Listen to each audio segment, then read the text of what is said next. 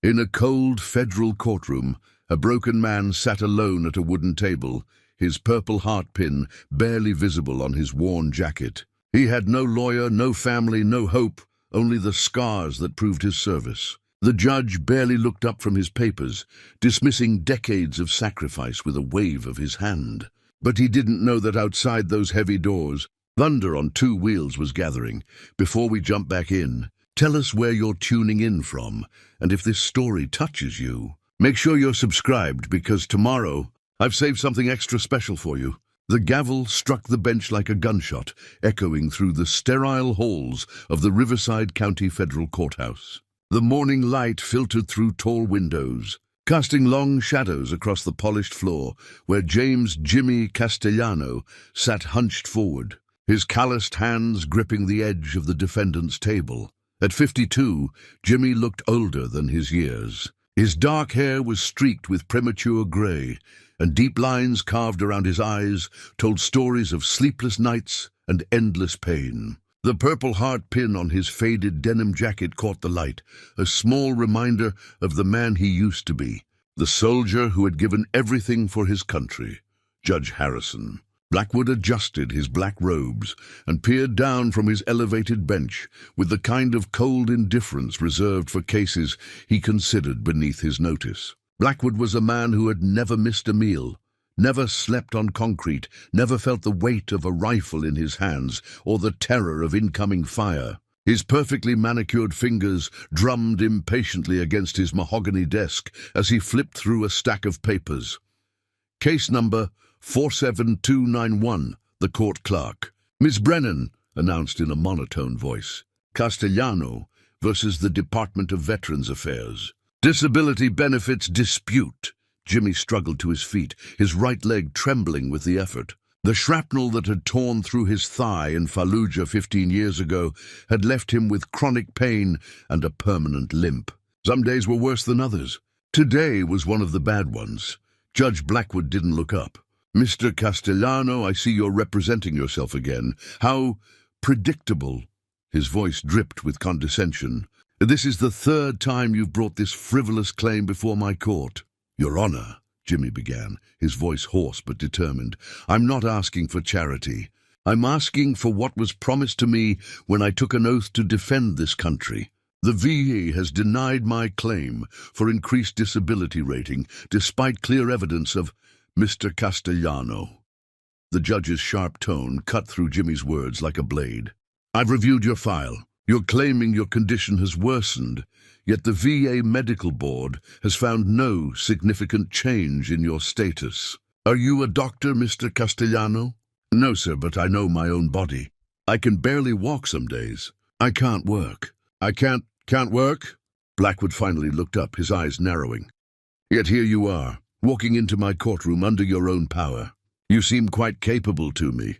A few snickers rippled through the sparse audience, mostly court employees and a handful of people waiting for their own cases. Jimmy felt his cheeks burn with shame. He had walked into that courtroom, yes, but it had taken him 20 minutes to climb the courthouse steps, stopping every few feet to catch his breath and let the pain subside. "Your Honor, respectfully, appearances can be deceiving. The doctors have documented severe nerve damage, chronic pain syndrome, and—" "Mr. Castellano," Judge Blackwood interrupted again, leaning back in his chair with a theatrical sigh. "Do you know how many cases like yours I see every week? Veterans coming in here with their sob stories, looking for a handout from the taxpayers. Half of you probably hurt yourselves falling off bar stools, not serving your country." The courtroom fell dead silent. Even the court reporter stopped typing. Jimmy felt as if he'd been punched in the gut. He glanced around the room, seeing the shocked faces of the few people in attendance. No one spoke up. No one defended him. "I was wounded in combat, Your Honor.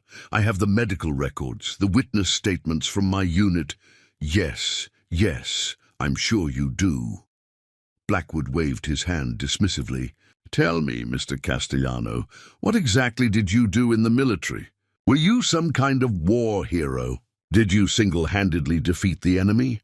Jimmy's jaw tightened. "I was a squad leader in the 1st Infantry Division.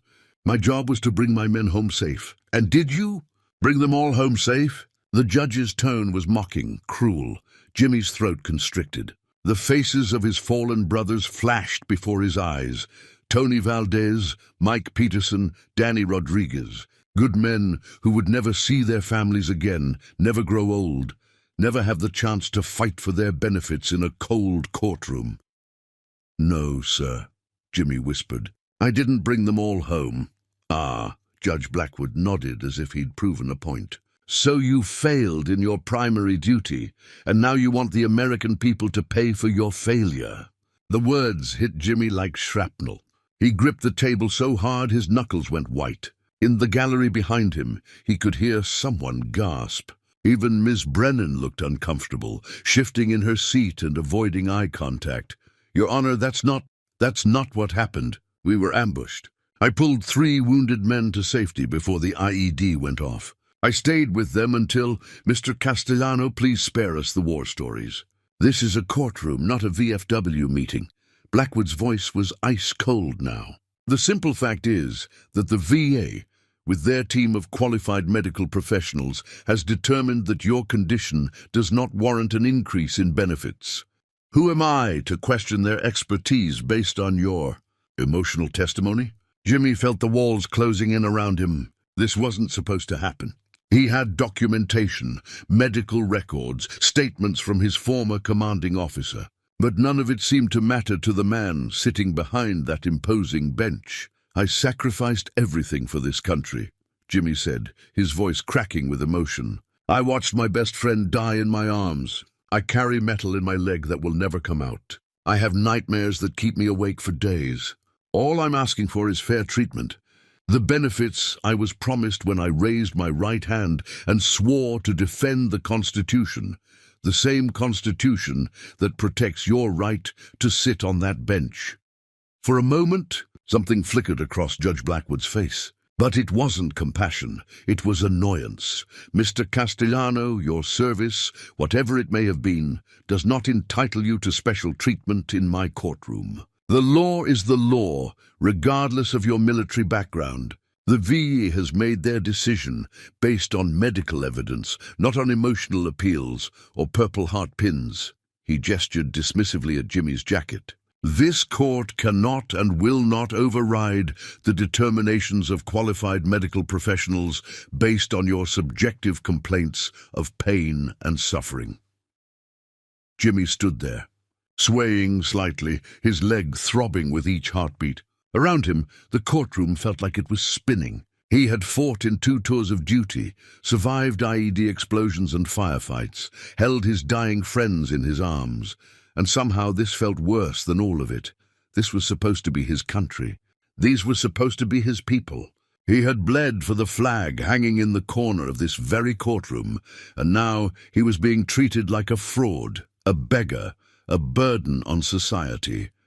"Do you have any new evidence to present, Mr. Castellano?"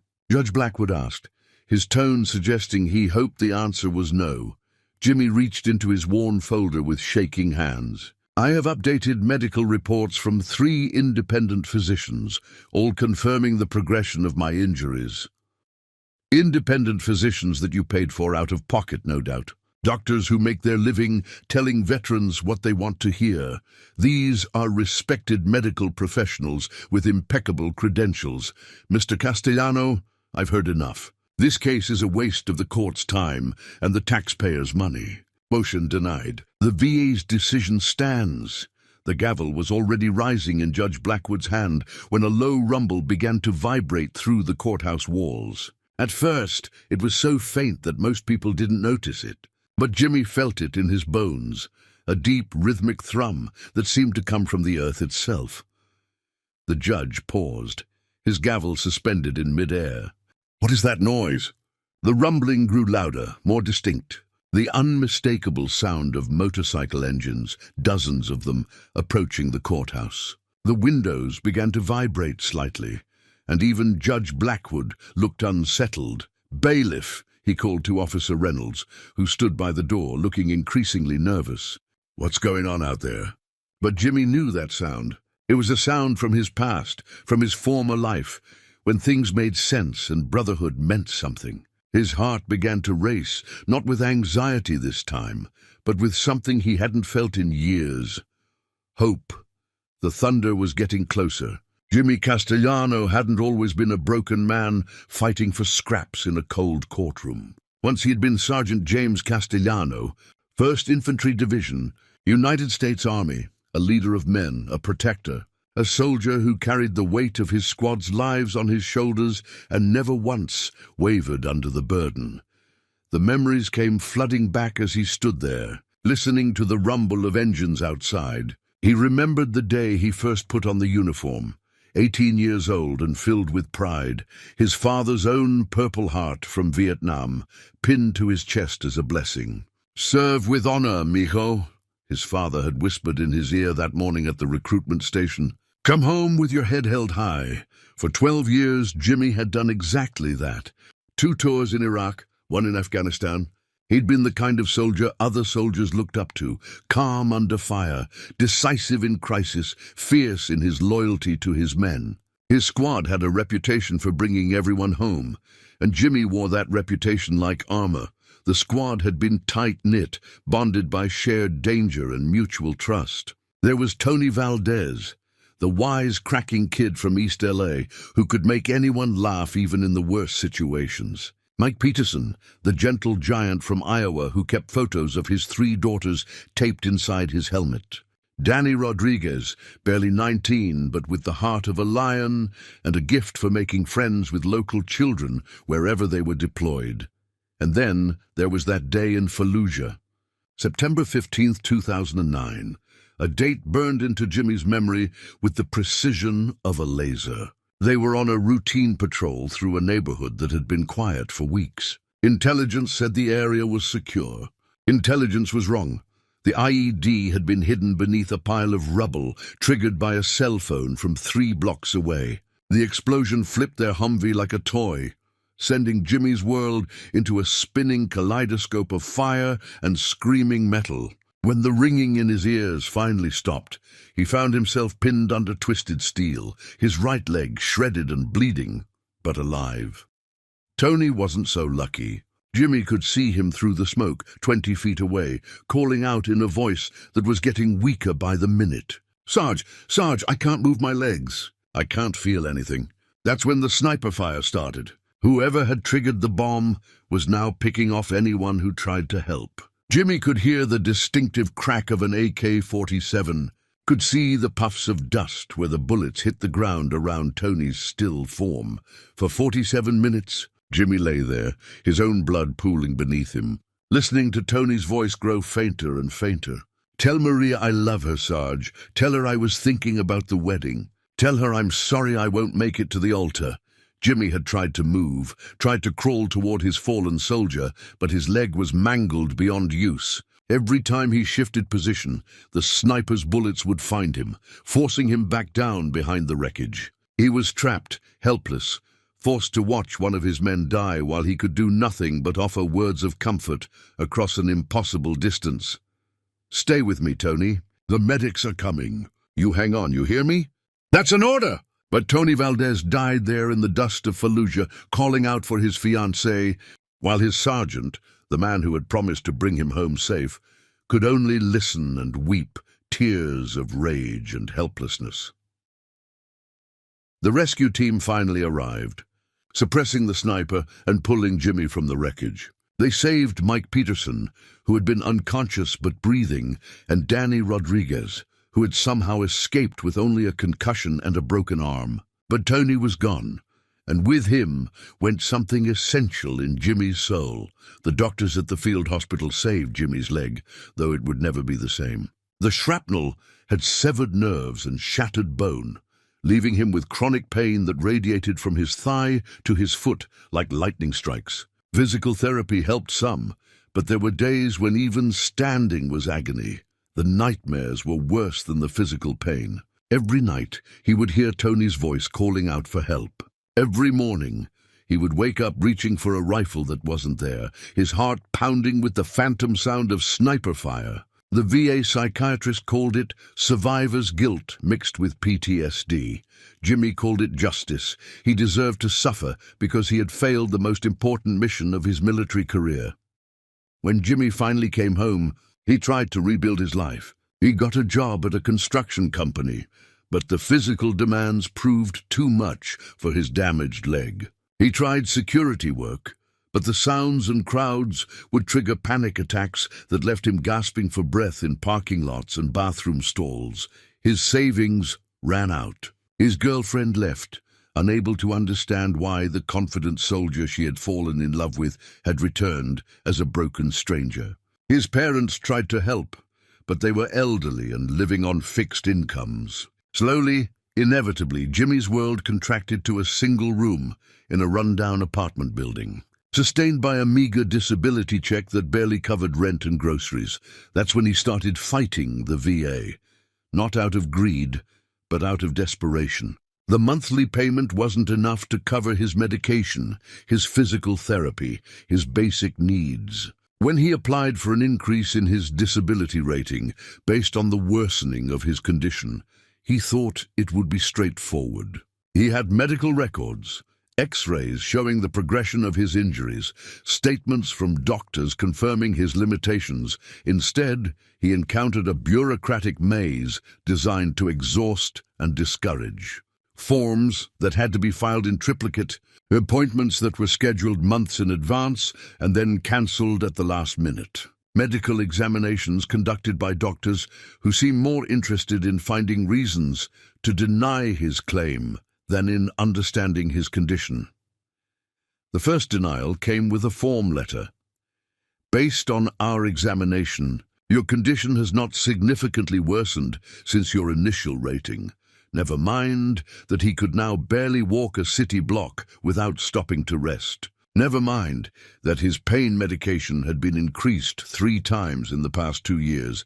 Jimmy appealed, gathering more documentation, more medical opinions, more evidence. The second denial was just as cold, just as dismissive. Claimant's subjective reports of increased pain are not supported by objective medical findings. That's what had brought him here, to this courtroom, facing Judge Blackwood's sneering contempt. This was his last chance, his final appeal. If he lost here, he would be trapped forever in a cycle of poverty and pain, forgotten by the country he had served with everything he had. As Jimmy stood there in the courthouse, listening to the growing rumble of motorcycle engines outside, he thought about Tony Valdez, about the promise he had made to bring his men home safe, about how that promise had been broken in the dust of Fallujah on a September afternoon that felt like a lifetime ago. He had failed his men then. He had failed himself since. But somewhere in that growing thunder outside, something stirred in Jimmy's chest that he hadn't felt since he was Sergeant Castellano. The feeling that maybe, just maybe, he wasn't fighting this battle alone. The engines were getting louder now, and Judge Blackwood was starting to look nervous. Jimmy straightened his shoulders and touched the Purple Heart on his jacket. Whatever was coming through those courthouse doors, he would face it standing tall, just like a soldier should. The rumble of motorcycles outside wasn't just random noise to Jimmy Castellano. It was the sound of a debt being repaid, though he didn't know it yet. 15 years earlier, on a rain-soaked highway outside of Barstow, California, Jimmy had made a decision that would echo through time like ripples in still water. It was 2008, 3 months before his second deployment to Iraq. Jimmy had been driving home from his father's funeral, his dress blues still pressed and formal, his heart heavy with grief and the weight of inherited expectations. The old man had been his hero, his compass, his connection to a legacy of service that stretched back 3 generations. Now Jimmy was alone with that legacy, and the burden felt crushing. The rain had been falling steadily for hours, turning the desert highway into a treacherous ribbon of asphalt. Jimmy's windshield wipers beat a steady rhythm as he navigated the curves, thinking about his father's final words. "Take care of people, mijo. That's what soldiers do. We take care of people. That's when he saw the motorcycle on the shoulder of the road. It was a massive Harley Davidson, chrome gleaming even in the grey afternoon light. Beside it knelt a man in leather, his long hair plastered to his skull by the rain, his hands bloody from trying to repair what looked like a blown tire. The man was alone, stranded miles from the nearest town, with darkness approaching and the rain showing no signs of stopping. Most drivers would have passed by. A lone biker on a deserted highway could mean trouble, and Jimmy was still in his military uniform, an obvious target for anyone with anti-military sentiment. The smart thing would have been to call highway patrol from the next town and let them handle it, but Jimmy heard his father's voice. "Take care of people." He pulled over. The biker looked up as Jimmy approached, rain dripping from his beard. He was a big man, probably in his 40s, with arms covered in tattoos and the weathered face of someone who had lived hard and survived harder. The patch on his leather vest identified him as Vincent Murphy, and the rocker beneath it read, "Hell's Angels." "You don't want to get involved, soldier boy," Vincent called out over the rain. "I got this handled." But Jimmy could see that he didn't. The tire was shredded beyond repair, the spare was flat, and Vincent's hands were cut up from wrestling with the damaged wheel. Blood mixed with rainwater, dripping pink onto the asphalt. "Looks like you could use a hand," Jimmy said. Rolling up his sleeves despite the rain soaking through his dress uniform, Vincent studied him with suspicious eyes. "Why would you want to help me?" "You don't know me?" Jimmy shrugged, already kneeling beside the bike. "My father always said you judge a man by what he does when nobody's watching. Right now, nobody's watching but the rain." For the next 2 hours, Jimmy worked alongside Vincent in the downpour. They couldn't fix the tire, but Jimmy's truck had a trailer hitch, and he carried tow straps as part of his emergency kit. Together, they managed to load the massive Harley into the bed of Jimmy's pickup truck. No easy feat. But Jimmy's military training had taught him how to move heavy equipment with limited resources. As they worked, Vincent began to open up. His name was Vincent Viper Murphy, and he was riding back from his brother's funeral in Phoenix. Like Jimmy, he was alone with his grief, trying to make sense of loss and responsibility. His brother had been the president of their charter, and now Vincent was expected to step up, to lead men who had looked to his brother for guidance.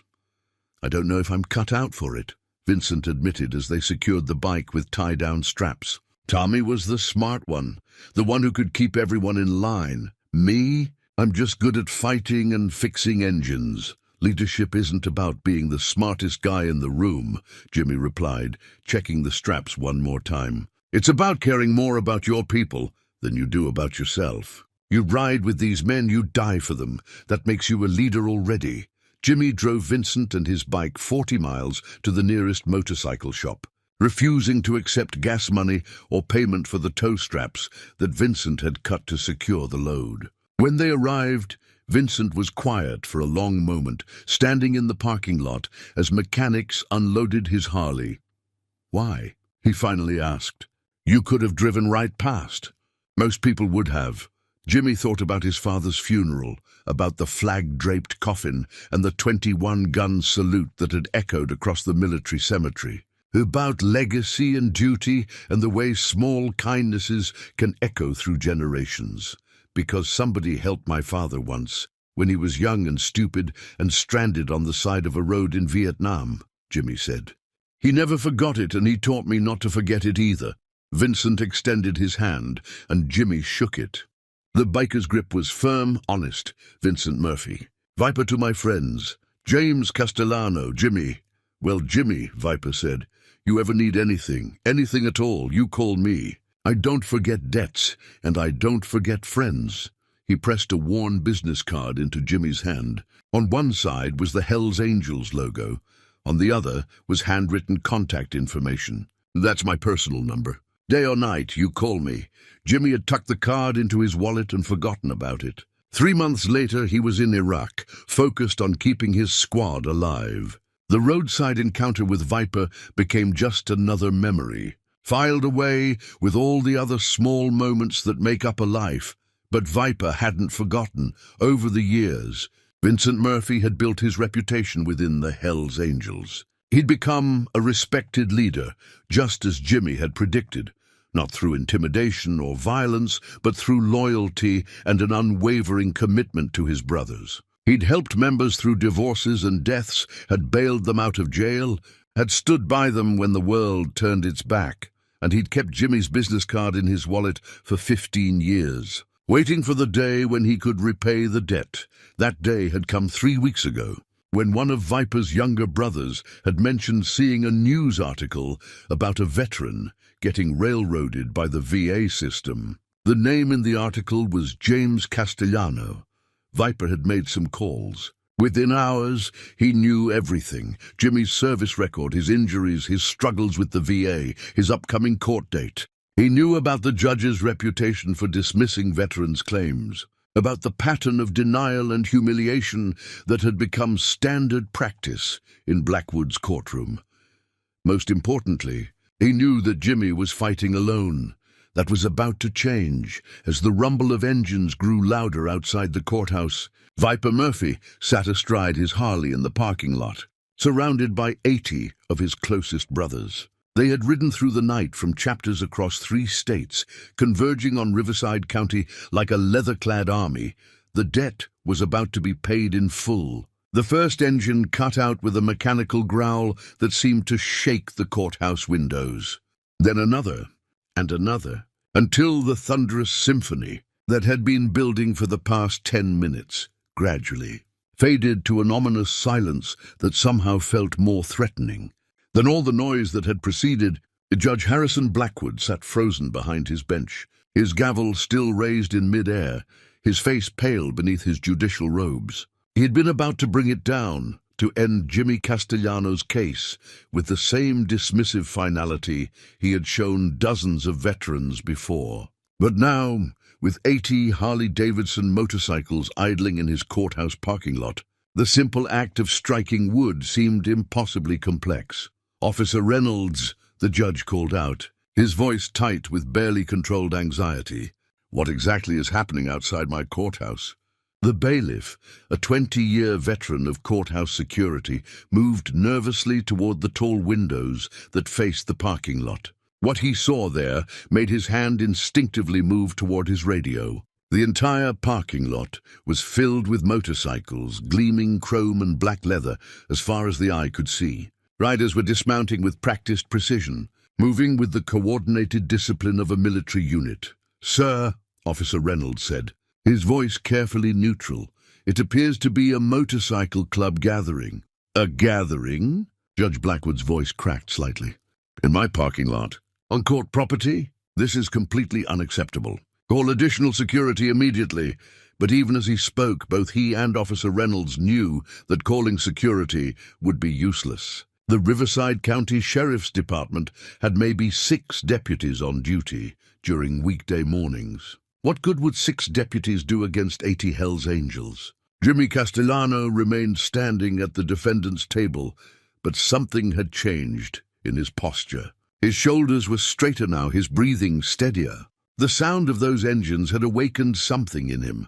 Not hope exactly, but a familiar feeling of brotherhood, of not being alone in hostile territory. He had heard sounds like this before, in forward operating bases, where the rumble of incoming vehicles meant reinforcements were arriving. Ms. Brennan, the court clerk, was typing frantically on her computer, probably trying to look up protocols for handling unusual courtroom disruptions. The few spectators in the gallery were craning their necks toward the windows, whispering among themselves with a mixture of curiosity and concern.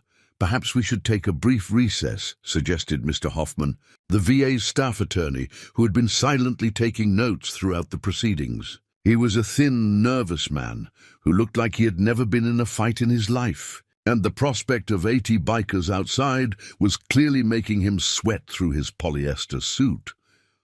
"Absolutely not," Judge Blackwood snapped, though his own hands were trembling slightly as he shuffled through his papers. "This is a federal courthouse, not some roadside diner. I will not allow intimidation tactics to disrupt the orderly administration of justice." But his words rang hollow in the suddenly tense courtroom. Everyone could feel the presence outside, not just the physical presence of men and machines, but something deeper, an energy, a purpose that seemed to seep through the walls like smoke. The heavy oak doors at the back of the courtroom had been closed throughout the proceedings, as was standard practice. But now, for the first time since the hearing began, those doors trembled slightly. Not from wind or natural settling, but from something pressing against them from the other side. Jimmy turned his head toward the sound, and his breath caught in his throat. Through the frosted glass panels in the doors, he could see shadows moving in the hallway. Dark shapes that looked like men, but men wearing leather and carrying the unmistakable silhouette of motorcycle gear. "Your Honor," Officer Reynolds said, his radio crackling with urgent chatter from security personnel throughout the building. "I'm getting reports that the hallways are filling up with visitors." "What kind of visitors?" Judge Blackwood demanded. Before the bailiff could answer, a slow, deliberate knock echoed through the courtroom. 3 measured strikes against the oak doors, each one reverberating like a drumbeat. The sound was polite but insistent, carrying an undertone that suggested these particular visitors were not accustomed to being kept waiting.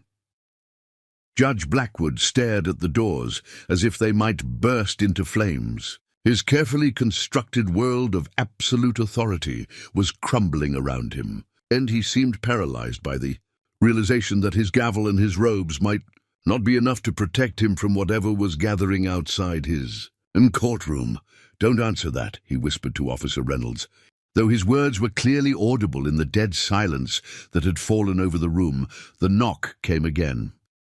3 strikes exactly like before, but somehow more insistent, more patient. The kind of knock that said, "We have all day, and we're not going anywhere." Jimmy felt his heart pounding in his chest, not with fear, but with something else entirely. Recognition, the tactical part of his brain, the part that had kept him alive through 2 combat deployments, was analyzing the situation with military precision. The coordinated arrival, the disciplined positioning, the measured approach to the courthouse, this wasn't random chaos. This was organized. This was planned. And somehow, impossibly, it seemed to be planned for him. "Mr. Castellano," Judge Blackwood said suddenly, his voice sharp with suspicion, "do you know anything about this demonstration?" Jimmy looked at the judge, then at the trembling doors, then back at the judge. "No, Your Honor, I came here alone." It was the truth. He had no idea what was happening outside, no clue why 80 motorcycles had converged on the Riverside County Courthouse on this particular morning. But deep in his gut, in the place where soldiers learn to trust their instincts, he felt something stirring that he hadn't experienced in years, the feeling that someone had his back. The third knock was different, still measured, still polite, but carrying an unmistakable note of finality. This was the last invitation. After this, the visitors would make their own decision about whether to wait for permission. Judge Blackwood's face was pale now, beads of sweat visible on his forehead despite the courthouse air conditioning. He looked around the courtroom, as if searching for an escape route, but there was nowhere to go. The only way out was through those doors, and those doors were no longer under his control. "Officer Reynolds," he said quietly, "open the doors." The bailiff hesitated. "Sir, are you sure that's—" "Open the doors!" Officer Reynolds walked slowly toward the back of the courtroom, his hand resting on his service weapon more out of habit than any real belief that it would be useful. He reached for the heavy brass handle, took a deep breath and pulled.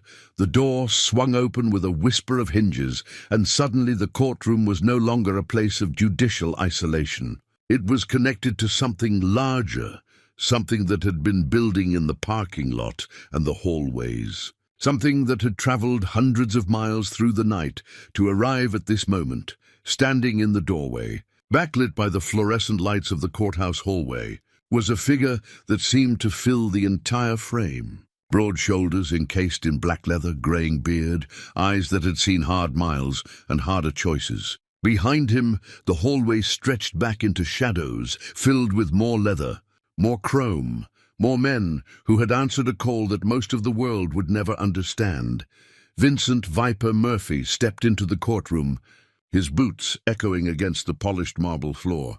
He looked around the room with calm assessment, taking in the judge, the bailiff, the nervous attorney, and finally, his eyes settled on the man standing at the defendant's table.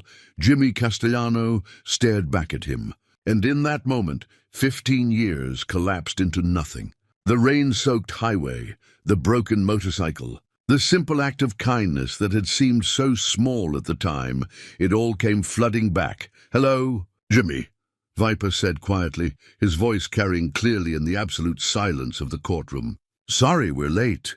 Behind him, the hallway filled with shadows, and the sound of boot leather against marble began to echo like distant thunder. Preparing and narrating this story took us a lot of time, so if you are enjoying it, subscribe to our channel. It means a lot to us. Now back to the story. Vincent Viper Murphy stepped fully into the courtroom with the measured confidence of a man who had never backed down from a fight in his life. His leather vest bore the unmistakable patches of the Hells Angels, the Death's Head logo, the rocker identifying his chapter, and beneath it all, the words that struck fear into the hearts of those who crossed them, 81. The numerical code for Hell's Angels, worn like a badge of honor by men who lived by a code older and more sacred than any law written in books. Behind Viper, the doorway filled with more leather and chrome. One by one, his brothers filed into the courtroom with military-like precision. These weren't the stereotypical bikers from Hollywood movies, wild, undisciplined, chaotic. These were men who understood hierarchy, respect, and loyalty. Many of them were veterans themselves, drawn to the brotherhood of the club after finding that civilian life couldn't replace the bonds forged in combat. Judge Blackwood sat paralyzed behind his bench, watching as his orderly courtroom transformed into something he could never have imagined. The first row of gallery seating filled quickly. Massive men with weathered faces and intelligent eyes, their leather creaking as they settled into the wooden pews. The second row filled, then the third. Men with grey in their beards sat next to younger bikers with fresh tattoos and old scars. Officer Reynolds stood frozen by the open doors, his hand still resting on his weapon, but his face showing the clear realization that drawing it would be not just useless, but catastrophically stupid. These men hadn't come here for violence. Their body language was calm, controlled, respectful. But there was an undeniable aura of power surrounding them, the kind of presence that comes from men who have faced death and decided they weren't afraid of it. What is the meaning of this? Judge Blackwood finally managed to croak out, his voice barely above a whisper. Viper stopped in front of the defendant's table, where Jimmy still stood, his purple heart pin catching the courtroom lights. For a moment, the two men simply looked at each other, the soldier and the outlaw biker, connected by a moment of kindness on a rain-soaked highway 15 years ago. "The meaning," Viper said, his voice carrying clearly through the packed courtroom, "is that this man served his country with honor, and his country is about to abandon him. We're here to make sure that doesn't happen." More bikers continued to file in, filling every available seat. The courtroom, which had seemed so imposing and authoritative just minutes before, now felt small and insignificant. These men brought with them the smell of leather and motor oil, the sound of boot heels against marble, and something more intangible but infinitely more powerful, the unbreakable bonds of brotherhood. Jimmy felt tears welling up in his eyes as he recognized faces in the crowd. Not all of them, but enough. There was Marcus Steele Rodriguez from the San Bernardino chapter, a Marine veteran who had lost his leg in Afghanistan. There was Tommy Diesel Washington from Los Angeles, an Army medic who had served 3 tours in Iraq. These weren't just bikers, they were his brothers in arms, men who understood the weight of the uniform and the cost of service. "Your Honor," the VA attorney, Mr. Hoffman said nervously, "I must object to this obvious attempt at intimidation." Intimidation? Viper turned his attention to the thin lawyer, and his voice remained calm, but carried an edge that could cut glass. We're not here to intimidate anyone. We're here as witnesses. This is a public hearing, is it not? Judge Blackwood found his voice, though it still trembled with barely controlled fear. This is highly irregular. I will not allow my courtroom to be turned into a circus. With respect, Your Honor, Viper interrupted, and the word respect carried just enough irony to make it clear that none was being offered. This stopped being about regular procedure the moment you started mocking a decorated combat veteran. We're just here to observe the administration of justice. Behind Viper, 80 leather-clad witnesses nodded in silent agreement. The gallery was now completely full, and more bikers lined the walls like an honor guard. The sound of their collective breathing was audible in the sudden silence, a rhythmic reminder of the sheer number of men who had dropped everything to be here. Jimmy looked around the courtroom in amazement. These men had ridden through the night from chapters across 3 states. They had taken time off work, arranged for coverage of their businesses, coordinated this massive gathering, all for him. A veteran they might not even know personally, but whose story had reached them through the network of brotherhood that connected every Hell's Angels chapter in the country. "Mr. Castellano," Judge Blackwood said, his voice trying to regain some authority but failing completely, "are you associated with these individuals?" Jimmy straightened his shoulders and looked the judge directly in the eye. For the first time since the hearing began, he felt like Sergeant Castellano again instead of a broken supplicant begging for scraps from an indifferent bureaucracy. "These men represent something you clearly don't understand." "Your Honor," Jimmy said, his voice stronger than it had been all morning. "They represent loyalty. They represent the idea that when one of your brothers is in trouble, you don't abandon him. You show up." Viper placed a steady hand on Jimmy's shoulder, not possessive, not threatening, just supportive. The gesture was noticed by everyone in the room, especially the judge, who was beginning to understand that the power dynamic had shifted irreversibly. "We've been watching this case," Viper said, addressing the judge directly. "We know about your pattern of denying veterans' claims. We know about the other good men and women who have stood in this courtroom and been humiliated for their service. Today, that stops."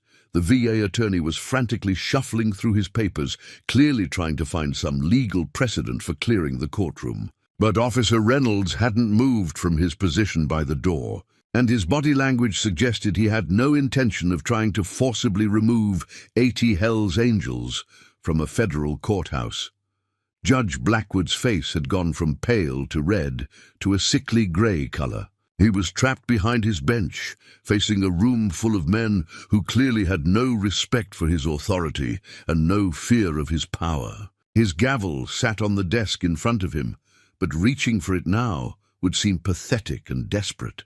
"This is a court of law," he said weakly, "not a motorcycle rally." "You're right," Viper replied, his tone reasonable but implacable. "This is a court of law. So let's see some law. Let's see some justice." This veteran served his country for 12 years. He was wounded in combat defending the freedom that allows you to sit on that bench. He's asking for nothing more than the benefits he was promised when he raised his right hand and swore an oath. Behind him, the sea of leather-clad witnesses murmured their agreement. The sound was low, barely audible, but it carried the weight of absolute conviction. Judge Blackwood looked around his courtroom that was no longer his, and for the first time in his career, he had no idea what to do. The law books on his shelf offered no guidance for this situation. His years of experience mocking and dismissing veterans had not prepared him for the moment when those veterans' brothers came to stand beside them. Jimmy felt something he hadn't experienced in years, the feeling of being part of something larger than himself. These men had his back, just as he had once had the backs of his squad in Iraq. The brotherhood he thought he had lost forever in the dust of Fallujah was surrounding him now, wearing different uniforms, but carrying the same unbreakable code. The power in the room had shifted completely. Judge Blackwood was no longer the authority figure dispensing justice from on high. He was just one man, alone behind his bench, facing 80 witnesses who had come to ensure that justice was finally served. And in that moment, everyone in the courtroom knew that nothing would ever be the same. The silence in the courtroom stretched like a taut wire, ready to snap at the slightest provocation. Judge Harrison Blackwood sat behind his bench, no longer the commanding authority figure who had entered the room that morning. His hands trembled slightly as he gripped his gavel, the weight of 80 pairs of eyes bearing down on him like the judgment of history itself. Jimmy Castellano stood straighter than he had in years, his Purple Heart pin gleaming under the harsh courtroom lights. The presence of his brothers, for that's what they were, regardless of the different uniforms they wore, had awakened something in him that he thought had died in the dust of Fallujah. Not just courage but dignity, not just hope, but the unshakable knowledge that he was not alone. "Your Honor," Jimmy said, his voice carrying across the packed courtroom with a clarity that surprised even him. "I'd like to address the court." Judge Blackwood opened his mouth to deny the request. After all, this was his courtroom, his rules. But the words died in his throat as he looked out at the sea of leather and steel that surrounded him. These men had ridden hundreds of miles through the night to be here. They had shown more respect for this veteran service than his own government had managed to muster. "Proceed," the judge said weakly. Jimmy took a deep breath, feeling the weight of every man in that room standing behind him. When he spoke, it wasn't with the broken voice of a man begging for scraps, but with the clear, strong tone of a sergeant addressing his unit. "Your Honor, you asked me earlier what I did in the military. You wanted to know if I was some kind of war hero." Jimmy's eyes moved across the courtroom, taking in faces both familiar and strange, all united by a common understanding of sacrifice. "I was never a hero. I was just a soldier who tried to do his job and bring his men home safe." He paused, his throat tight with emotion, but his voice never wavered. "I didn't bring them all home. Tony Valdez died in my arms in Fallujah, calling out for his fiancée, while enemy snipers kept me pinned down. I couldn't save him. I couldn't even reach him. For 15 years, I've carried that failure like shrapnel in my chest, and maybe I always will." The courtroom was dead silent. Even Judge Blackwood had stopped fidgeting with his papers. "But I did save 3 other men that day. I pulled them from a burning Humvee while my own leg was shredded by shrapnel. I held compression bandages on Danny Rodriguez's wounds until the medics arrived. I kept Mike Peterson conscious and talking until the medevac helicopter could extract us. I did that because that's what soldiers do. We take care of each other." Jimmy turned slightly to face the judge directly, and his eyes held the steady gaze of a man who had looked death in the face and refused to blink. "When I raised my right hand and took the oath of enlistment, this country made me a promise. They promised that if I served with honor, if I was willing to sacrifice my body and my peace of mind for the defense of freedom, they would take care of me when I could no longer take care of myself." His voice grew stronger, carrying the weight of not just his own pain, but the pain of every veteran who had ever been dismissed, ignored, or humiliated by the system they had served. "I kept my end of that promise, Your Honor. I served for 12 years. I deployed to combat zones 3 times. I earned a Purple Heart, a Bronze Star, and 2 Commendation Medals. I came home with injuries that will never fully heal, and nightmares that wake me up screaming. But I served with honor." Jimmy's hand moved to touch the Purple Heart on his jacket, the small piece of metal that represented so much more than a medal. "Now I'm asking this country to keep its promise to me, not for charity, not for pity, for justice. For the simple recognition that a man who gave everything for his country deserves more than mockery and dismissal when he asks for help." The emotion in his voice was raw now, but controlled. This wasn't the desperate pleading of a broken man. This was the testimony of a warrior who had found his strength again. "You said earlier that I contribute nothing to society, that I'm a burden on the taxpayers.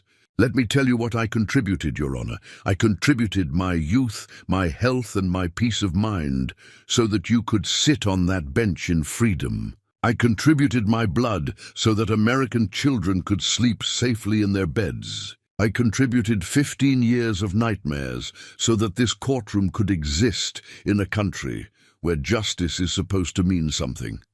Behind him, Viper and his brothers sat in absolute silence. But their presence was a living testament to Jimmy's words. These men understood sacrifice. They understood loyalty. They understood what it meant to keep promises to your brothers. And when I couldn't serve anymore, when my body was too broken and my mind too scarred, I didn't ask for a handout. I asked for what was promised to me, what was earned with my blood and my service. Jimmy's voice rose now, not in anger, but in the kind of moral authority that comes from absolute conviction. You want to know what heroism looks like, Your Honor? It's not charging enemy positions or diving on grenades. Heroism is getting up every morning when your leg is screaming with pain and your dreams are haunted by dead friends and still believing that this country is worth fighting for. Heroism is standing in this courtroom, facing your contempt and mockery, and still having faith that justice will prevail. He gestured toward the packed gallery behind him. These men didn't come here to intimidate you. They came here because they understand something that you seem to have forgotten, that we take care of our own, that when one of our brothers is in trouble, we show up. That's not intimidation, Your Honor. That's brotherhood. That's honor. That's what this country is supposed to stand for. Judge Blackwood sat frozen, his face pale, as he realized that every word Jimmy spoke was being recorded, photographed, and broadcast. This wasn't just a hearing anymore. It was a reckoning. Jimmy turned to face the gallery of bikers, his voice softer now, but carrying clearly through the hushed courtroom. And to these men behind me, my brothers who rode through the night to be here, I want you to know that you've given me something I thought I'd lost forever. You've reminded me that I'm not alone in this fight. You've shown me that the brotherhood doesn't end when you take off the uniform. He turned back to the judge, and his final words carried the weight of absolute moral authority. Your Honor, I'm not asking you to thank me for my service. I'm not asking for your pity or your charity. I'm asking for justice. I'm asking you to honor the promise this country made to me when I was willing to die for it. I'm asking you to see me not as a burden or a beggar, but as a man who earned the right to be treated with dignity and respect. The courtroom was absolutely silent as Jimmy finished speaking. Judge Blackwood stared at him, then at the 80 men who had ridden hundreds of miles to bear witness to this moment. For the first time in his career, he understood that he was not the most powerful man in the room. He was not even close. The gavel trembled in his hand as he realized that whatever decision he made in the next few moments would define not just Jimmy's future, but his own legacy. The cameras were rolling, the reporters were scribbling, and history was watching. Justice, real justice, had finally come to his courtroom. Judge Harrison Blackwood stared down at his gavel, the weight of it suddenly feeling like 1,000 pounds in his trembling hand. The words Jimmy Castellano had spoken hung in the air like smoke from a battlefield, impossible to ignore and even harder to dismiss. Around him, the packed courtroom waited in absolute silence, 80 leather-clad witnesses bearing testimony to a kind of justice that couldn't be found in law books or legal precedents. For 30 years, Blackwood had ruled his courtroom with arrogance and contempt, particularly when it came to veterans seeking the benefits they had earned. He had built his reputation on cutting remarks and dismissive rulings, on making sure that these people understood their place in the hierarchy of society. But now, faced with the living embodiment of brotherhood and loyalty, he realized how small and petty his power truly was.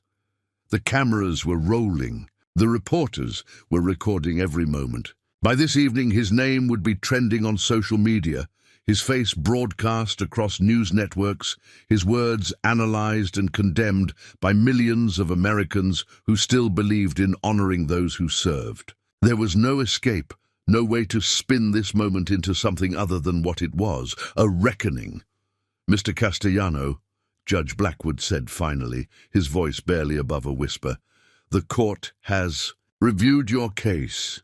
Behind Jimmy, Viper leaned forward slightly, his weathered hands resting on the wooden pew in front of him. 79 other Hell's Angels did the same, a choreographed movement that sent a clear message: we're watching, we're listening, we're remembering every word. The court finds, Blackwood continued, his voice growing stronger but still lacking its former authority, that there has been insufficient consideration given to the documentation you've provided. It wasn't an apology. It wasn't an admission of guilt. But it was surrender, wrapped in the careful language of judicial face-saving. Therefore, this court orders that your case be remanded back to the Department of Veterans Affairs for immediate reconsideration, with a directive that all medical evidence be given full and fair review. The words fell like stones into still water, creating ripples that spread throughout the courtroom. Jimmy felt his knees weaken, not from pain this time, but from relief so profound it threatened to overwhelm him. Furthermore, Judge Blackwood added, his voice now carrying the weight of a man trying to salvage what remained of his reputation. The court notes that Mr. Castellano's service to this nation deserves recognition and respect, not dismissal. Behind Jimmy, the sound of 80 men rising to their feet filled the courtroom like thunder. They stood in unison, a wall of leather and steel, not in triumph but in solemn acknowledgement. This wasn't about victory. It was about recognition, dignity, and the simple acknowledgement that a promise made to a soldier should be a promise kept. Jimmy turned to face his brothers, his eyes bright with unshed tears. "Thank you," he said simply, his voice carrying across the silent courtroom. "Thank you for reminding me that I'm not alone." Viper stepped forward, his massive frame moving with surprising grace. He extended his hand to Jimmy, not as a biker to a veteran, but as one brother to another. "We don't leave our people behind," he said quietly. "Never have. Never will." The handshake lasted only a moment, but it sealed something deeper than friendship, a bond forged in mutual respect and strengthened by shared understanding of what it means to serve. Something greater than yourself. As the Hell's Angels began to file out of the courtroom, each man paused to shake Jimmy's hand or place a gentle hand on his shoulder. These weren't words of congratulation, they were acknowledgments of brotherhood, silent promises that this moment wasn't the end of their support, but the beginning of a new chapter. Judge Blackwood watched the procession with something that might have been shame. He had spent his career looking down on men like these, dismissing them as thugs and outlaws. But what he had witnessed today was a display of loyalty and honor that put his own behavior to shame.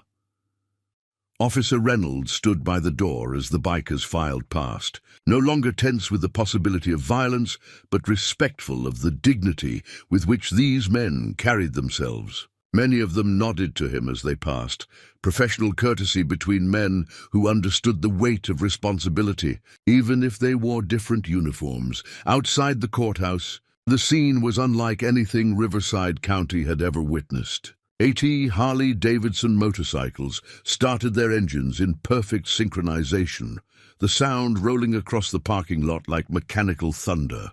But this wasn't chaos, it was ceremony, a ritual of respect and brotherhood that spoke louder than any words. Jimmy emerged from the courthouse flanked by Viper and several other Hell's Angels. The afternoon sun caught the chrome of the motorcycles and the leather of their jackets, creating a tableau that photographers would remember for the rest of their careers. But more importantly, it caught the look on Jimmy's face, not the broken expression of a man begging for scraps, but the proud bearing of a soldier who had finally been recognized for what he was. "What happens now?" Jimmy asked Viper as they stood at the edge of the parking lot. Viper pulled on his leather gloves, his eyes scanning the sea of motorcycles and brothers. "Now we go home," he said simply, "and you get the treatment you deserve. And the next time one of our brothers needs help, we show up again." He paused, looking at Jimmy with the kind of respect that can't be legislated or commanded, only earned. "You saved my life on a rainy highway 15 years ago," Viper said. "Today we return the favor, but it's more than that. You reminded us what we're fighting for. Not just for bikers, not just for veterans, but for the idea that loyalty and honor still means something in this world. Jimmy climbed onto the back of Viper's Harley, his movements more confident than they had been in years. As they pulled out of the parking lot, followed by 79 other motorcycles, he felt something he hadn't experienced since his army days, the feeling of belonging to something larger than himself. The procession rolled through the streets of Riverside County, a parade of chrome and leather and dignity. People stopped on sidewalks to watch, some taking pictures, others simply standing in respectful silence as the motorcade passed. At traffic lights, drivers rolled down their windows to cheer and wave, their faces showing the kind of respect that Jimmy hadn't seen directed toward him in years. They rode to a small diner on the outskirts of town, the same kind of working-class establishment where Viper had learned the value of simple kindness years ago on a rain-soaked highway. Inside, Jimmy was treated not as a charity case or a burden, but as a brother. The bikers bought him lunch, shared stories of their own struggles with bureaucracy and indifference, and made sure he understood that this support wasn't temporary, it was permanent. As the sun began to set, painting the sky in shades of orange and red, the Hells Angels prepared to return to their homes across 3 states. But before they left, Viper pressed a new business card into Jimmy's hand. "Same number as 15 years ago," he said. "Day or night you need anything, you call." "That's not a promise. That's a guarantee." Jimmy watched as the motorcycles pulled out of the diner parking lot, their headlights cutting through the gathering dusk. In a few hours, these men would be back in their normal lives. Mechanics and construction workers, fathers and grandfathers, men who had chosen to live outside society's conventional boundaries, but who understood honor better than most people ever would. But they had changed everything, not just for Jimmy, but for every veteran who would face Judge Blackwood's court in the future. The video of that day would be seen by millions, shared across social media platforms, broadcast on news programs. It would become a symbol of what America could be when its citizens remembered the promises they made to those who served. 3 weeks later, Jimmy received a call from the Department of Veterans Affairs. His disability rating had been increased to 100%, retroactive to his original filing date. The monthly payment would be enough to cover his medical expenses, his rent, his basic needs, and his dignity. But more importantly, he had something that couldn't be measured in dollars or percentages. He had his brotherhood back. He had the knowledge that somewhere out there, 80 men on motorcycles remembered his name and would answer his call if he ever needed them. And in a world that too often forgets its promises, that brotherhood was worth more than gold. Up next, you've got 2 more standout stories right on your screen. If this one hit the mark, you won't want to pass these up. Just click and check them out. And don't forget to subscribe and turn on the notification bell so you don't miss any upload from us.